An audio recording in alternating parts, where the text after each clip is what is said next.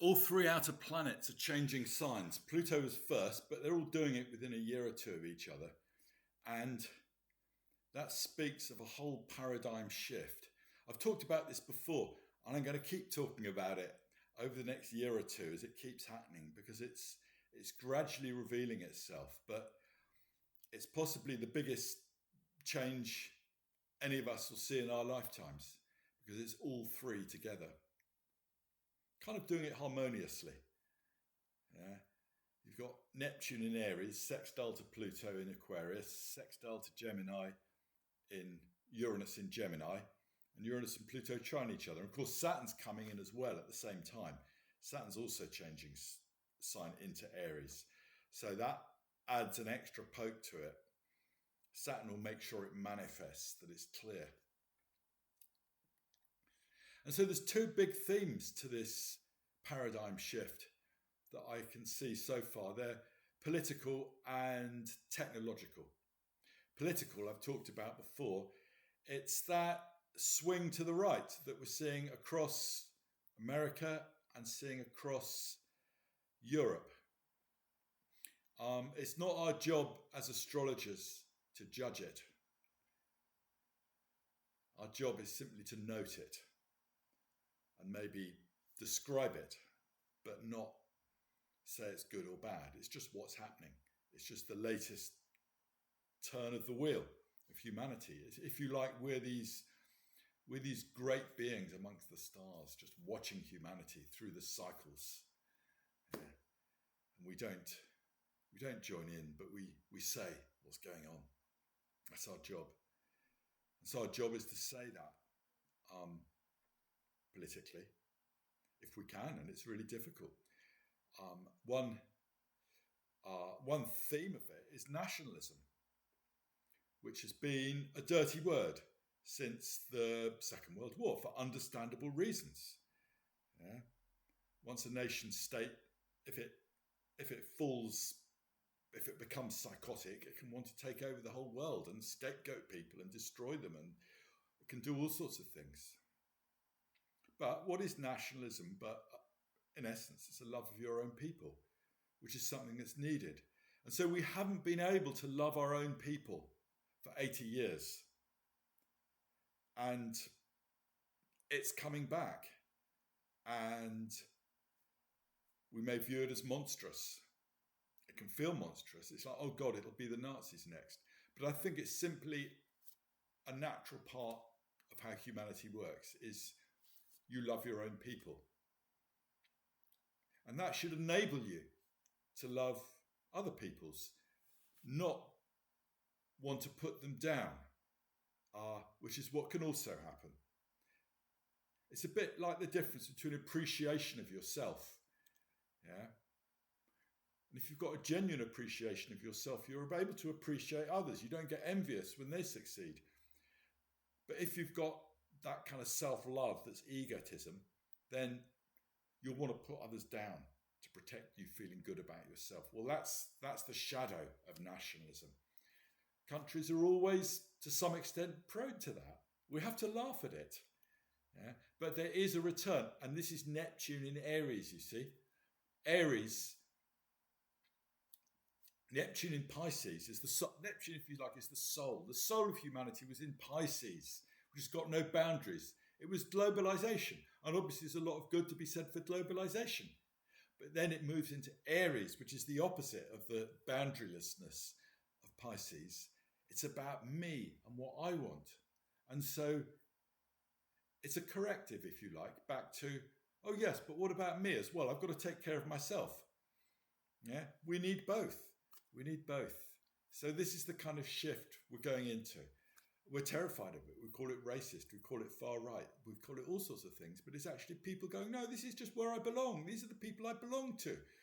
Yeah, I love other people, but, you know, charity begins at home. I love my family first. That doesn't mean I don't like people outside it. It's a bit like that. It's a natural sense of belonging and love to your community and your people. That's what's coming back. So, politically. Technologically, it's AI. This was inspired by, I was listening to a podcast last night. I do a lot of listening to podcasts late at night on all sorts of things. And there's these four guys from the tech world, and they're clearly at the head of their game, all extremely bright, yeah, and talking about what's coming with AI and just the sheer amount that it's going to be able to do, and how it does keep taking them by surprise. It shows certain abilities that they didn't think it would have.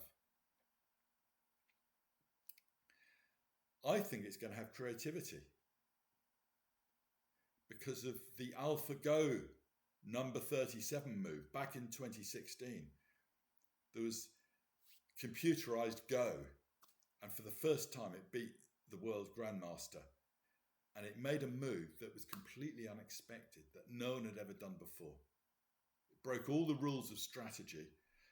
They thought it must have made a mistake, but it turned out to be a really clever move that led to reinforcements being able to be made around where that pebble had been placed. So it was creative. There's no other word for it. So it does have the ability to be creative. What will it not be able to do? I don't know.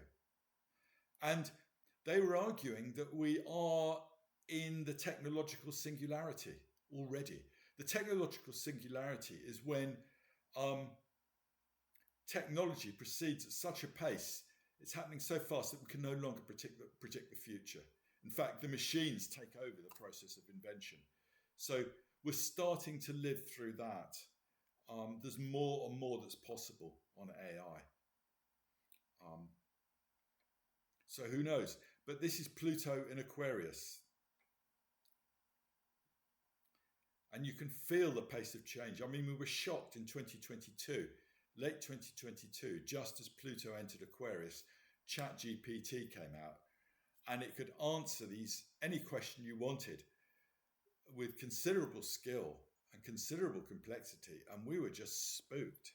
The world was shaking. It's like, oh God, what have we unleashed?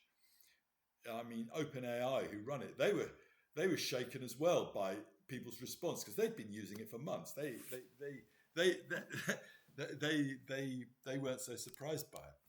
So the pace of this is just going to speed up.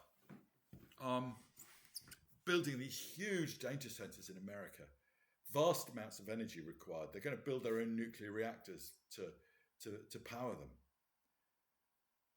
It's this huge tide that's coming our way. And it's not just Pluto and Aquarius, it's Neptune and Saturn and Uranus, because they're all changing signs. That's the extent of the paradigm shift. Yeah, it involves this technological one that will have huge social and cultural implications. It's not just Pluto, it's all of them, because that's the size of the shift, the size of the implications that are coming with it. And so here's a Neptunian one, is work. It looks like most jobs are going to go. It might take 5 years, it might take 15 years. I don't know the timescales. It's very hard to predict the future, isn't it? This is one thing astrology ironically teaches you, is how difficult the future is to predict.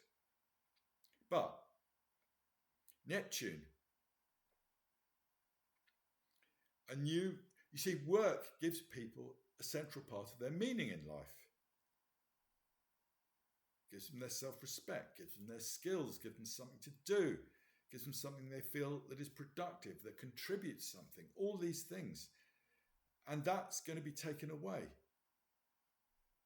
So, Neptune in Aries. Will there be a new vision of our souls, for our souls, as the work goes away? Or it will just be a loss that is also Neptune.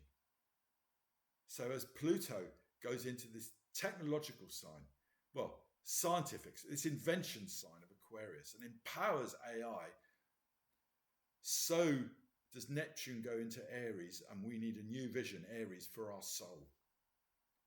It may not just be about loss of work. It may just be about, well, who are we if machines can do everything that we are? Yeah. It's quite broad questions of what does it mean to be human? What does it mean to be conscious in the way that we understand consciousness? if machines can do everything, not just practically, but in the realms of thought and in the realms of even writing poetry. It can shock you sometimes. I mean, at the moment, there's usually something quite derivative that you can see there, but I don't see why it should stay like that. So there is this grand re-ensoulment, this questioning of who we are, what it is to be human, coming out of Pluto and Aquarius through Neptune in Aries. And then Uranus in Gemini. Well, that's the breaking of the mold. We will need new ideas, new conceptions as to who we are. And Uranus in Gemini is very good for that. It thinks outside the box. You've got a president of America who's got Sun conjunct Uranus in Gemini natally. He's always thinking outside of the box. You may not agree with him. Fair enough. But it is certainly outside of the box. So that's why he can achieve peace where other presidents can't, because he thinks of things in a different way. That's Uranus in Gemini for you. So, yeah, we are starting to live through this huge paradigm shift, political as well as technological.